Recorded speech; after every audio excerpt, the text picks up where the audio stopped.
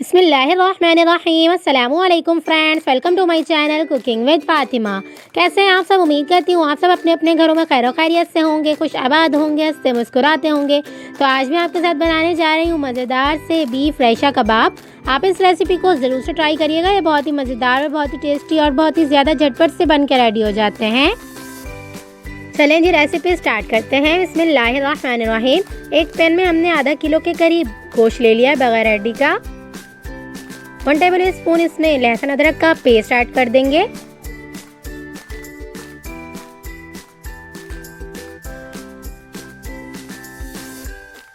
एक अदद प्याज कटिंग की हुई ऐड कर देंगे। 1 टीस्पून काली मिर्चें और 2 से 3 छोटे दालचीनी के टुकड़े ऐड कर देंगे।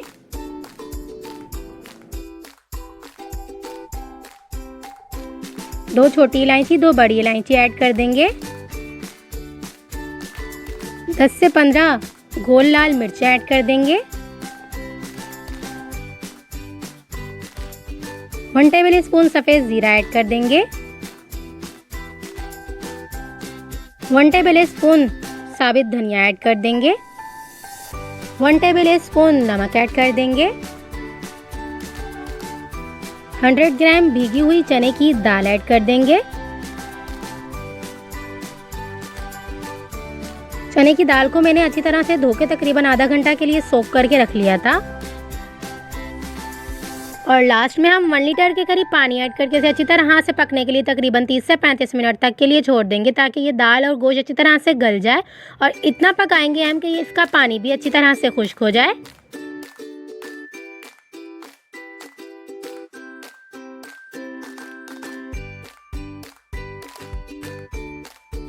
चलें जी, आधा घंटा हो चुका है और इसका पानी अच्छी तरह से खुश्क हो चुका है। और ये देखें जी, दाल और गोश्त दोनों हमारे अच्छी तरह से गल चुके हैं।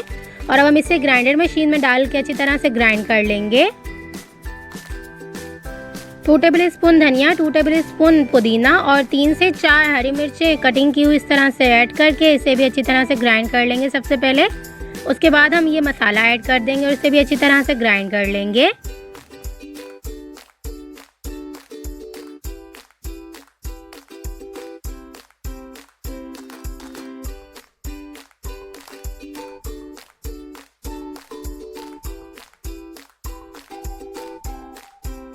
चले जी, कबाब का मसाला हमारा अच्छी तरह से ग्राइंड हो चुका है, ये देखें जी। और अब हम इसके एक एक करके कबाब रेडी कर लेंगे फ्राई करने के लिए। चलें जी, कबाब हमारे रेडी हैं फ्राई होने के लिए। और अब हम इसे एक एक करके फ्राई कर लेंगे। एक पैन में हम तकरीबन 3 to 4 टेबल स्पून तेल ऐड करके इसे अच्छी तरह से गर्म कर लेंगे। और उसके बाद एक एक करके कबाब को फ्राई कर लेंगे। 2 कबाब मैंने बगैर अंडे के फ्राई किए हैं। उसके बाद तमाम कबाब को मैं अंडे के साथ ही फ्राई करूंगी। आप जिस तरह से चाहें, जिस तरह से आपको पसंद हो, आप उसी तरह से ही फ्राई करिएगा।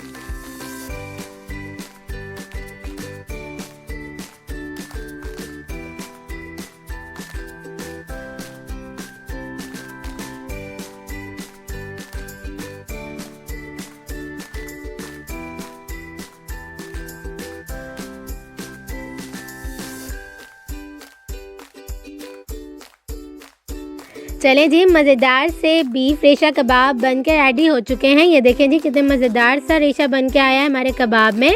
आप इस रेसिपी को ज़रूर से ट्राई करिएगा और मुझे अपना फीडबैक ज़रूर दीजिएगा आपको ये रेसिपी कैसी लगी।